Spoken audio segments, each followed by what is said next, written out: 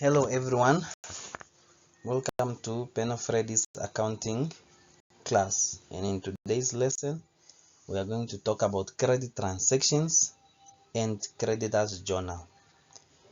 This is grade 9 accounting from Namibian syllabus.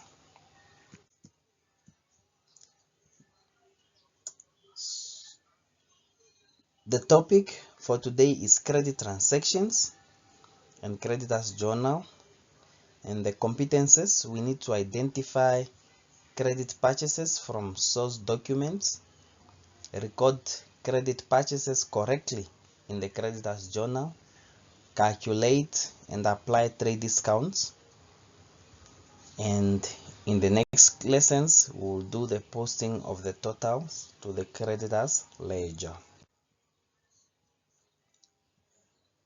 So let's know first, what is credit transaction? A credit transaction means it's an action of buying goods now and pay later. You buy goods now, you go with your goods, and then you have to pay later, following day or following month, and so on. A creditor is a supplier our business owe money. The supplier our business owe money. The business where you go to buy things now and you pay later, that is a creditor, because you still owe this person money. Creditors journal is a book of first entry for all credit purchases. So remember, the purpose of accounting is to record all that is happening in the business. So now when we buy goods on credit and we are owing these creditors, for us not to forget about these transactions, we need to record them in a book of first entry, and we record them in a book called a creditors journal. Sometimes when we buy goods, we get a discount. We buy goods at a larger quantity, you buy more products, and then the supplier will give a discount, reduce the price. That is called trade discount, a reduction in price given by the supplier for buying larger quantity of goods. So the example that we are going to use to come up with our creditors journal is taken from the Accounting Made Easy textbook for grade 9 by Mr. Shilomboleni. Shout out to him. His book is very awesome. This video is not a promotional for this textbook, but then I have to recognize it because the example is from the textbook. Now we have an example of Alexis Alcantara for June 2017. First transaction, the 3rd of June, we bought goods on credit from Jimmy, 3,400, invoice number 12. How are we going to represent this transaction? The 12 is the invoice number. The 3rd of June is the date. The name of the supplier is Jimmy. Folio, we are going to post this information to our creditors ledger number 1 because it's the first entry, and then the amount will be 3,400. Next transaction, on the 5th of June, we received an invoice and goods from Papama store of 1,400. An invoice is a source document of credit transactions, which means we receive the goods and an indication, a document that shows that we bought these goods on credit. A source document is an invoice. So how is this one going to be represented? Invoice number is 13. Although in the transaction the number is not given, in our book we already have an invoice number 12. So we are going to follow that order. from 12 to 13 to 14. Whenever we buy on credit as Alexis Alcantara, we are going to put it in that order of our book, and the date is 5th. The creditor's name is Papama Store. We are going to post to creditors ledger number 2 for Papama, and then the amount will be 1,400.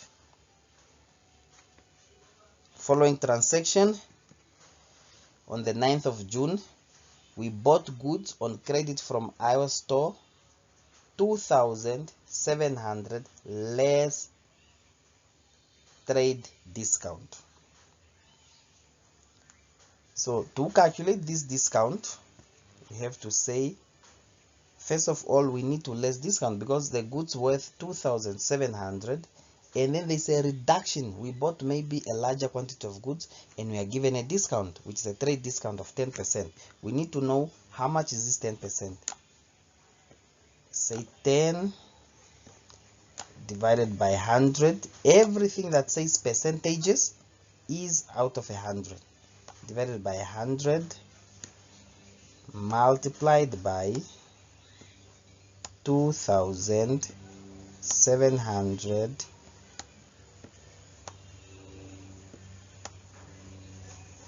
good. So we have to calculate the discount so that we know the total amount that will be owing IOStore, because the discount won't be included in that amount no more. So 10%.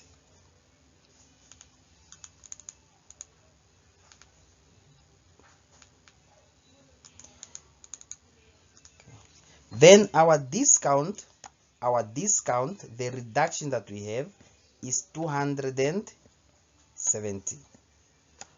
Okay, we must memorize that one, 270. Therefore, I have to erase this one so that the representation will pop up. Therefore, our indication will be is the 9th. Okay, here the column for source document is omitted here, but it's added here, and our source document will be what now? It will be 14, invoice number 14, because we already have an invoice number 12 that was recorded, invoice number 13 that was recorded. Now the answer here is 2,430 because the total value for the goods was 2,700, which we subtract the discount of 10%, and remember this is percentages, therefore we must put it in amount the way I showed you how to calculate it, 270. So the remainder is 2,430. That is the amount that we are owing IOStore. Okay, I have to erase this one as well. Okay. Transaction 3, June 13, we purchased merchandise on credit from Papama Traders. We went back to Papama Traders and purchased goods worth 900 on credit. Okay, so 14 was here, this is now 15, the date is 13, the creditor's name is Papama Traders. Now we'll pay attention to the folio here. It still says CL2, CL1, CL2, CL3, CL2. The ledger account is individual ledger account, which means each and every name of the creditor will have its own ledger account. So if you have the first creditor's ledger account for Jimmy, and then you have a creditor's ledger for Papama Store, and then you have a creditor's ledger for our store, so all the other information that is having to do with Papama Store must just go to that one ledger for Papama Store. That's why we are putting it to creditors ledger 2. We are going to post it to creditors ledger 2. Okay, trade discount, we already showed how it's calculated. This is just to remind you, this is how it's calculated. Only the remainder amount is recorded in the creditors journal, NB. Remember that, grade 9s. Okay, so this is the representation of our creditors journal for Alexis Alcantara for June 2017, creditors journal 1.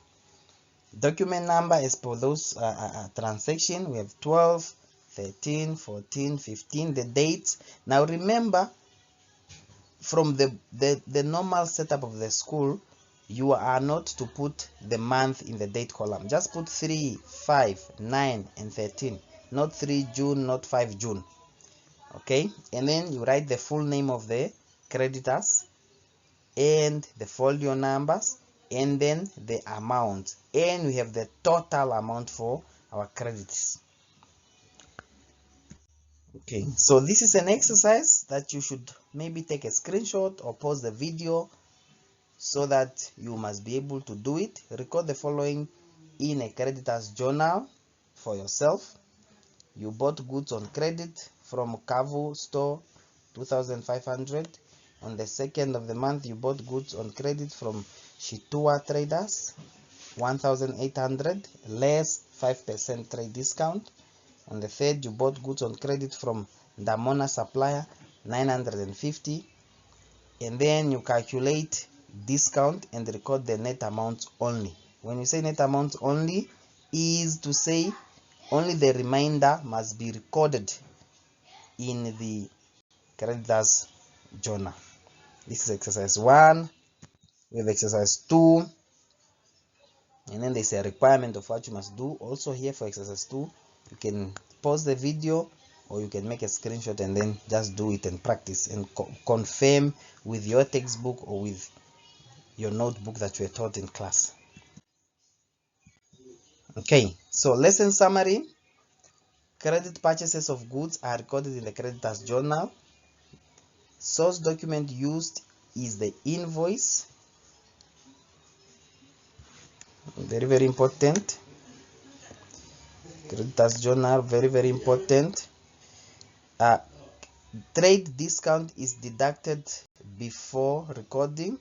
Only net is recorded, and the accurate format is very, very important. Thank you for watching, and please do subscribe, like and share so that others will also be able to see this kind of content.